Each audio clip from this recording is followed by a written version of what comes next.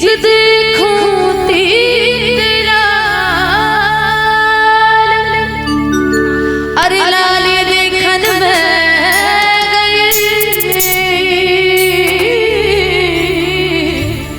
तुम भी हो गए ना।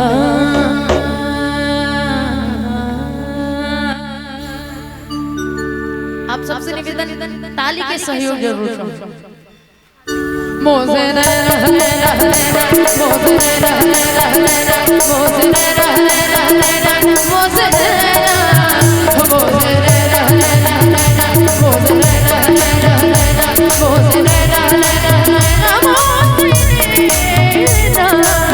छाप तिलक सब छीन रे मोज़े मीरा की छाप तिलक सब छीन रे मोज़े हो छाप तिलक सब छीन रे मोज़े मीरा की छाप तिलक सब छीन रे मोज़े हो नैना मिलाई की नैना मिलाई की मतवारी कर दे रे मोज़े मीरा के छाप तिलक सब छीन रे मोज़े मीरा हो छाप तिलक सब छीन रे मोज़े मीरा के।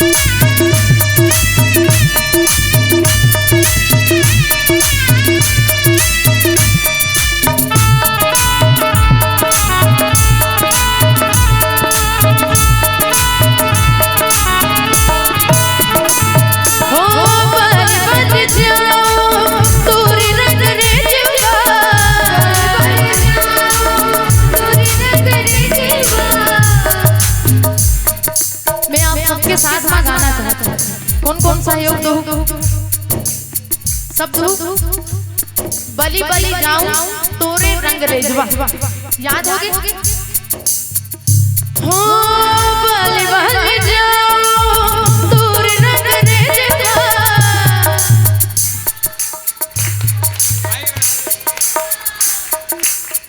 भैया मन एक कनिक कंजूसी करे।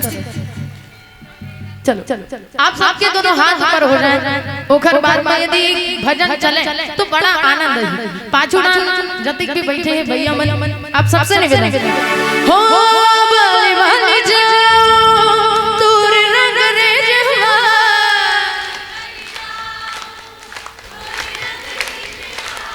तो अति धन के दूध भात।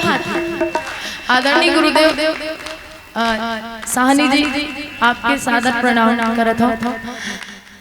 निवेदन है आप सबसे, आप सब जानकार मन बैठे हो, मोला कहीं नहीं आए तब बोले मैं चाहता हूँ कि एक बार आप सबकी आवाज मोर तक पहुंच जाए। निवेदन है आप सबसे, दोनों हाथ ऊपर हो जाए। हो बलि बलि जाऊं तोरे रंग रेजवा।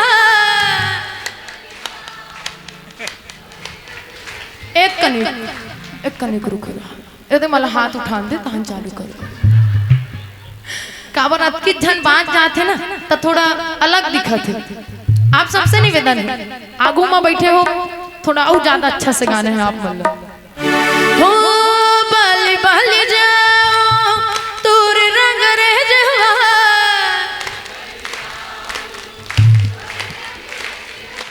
तोरे रंग रेजवा जी, तोरे रंग रेजवा।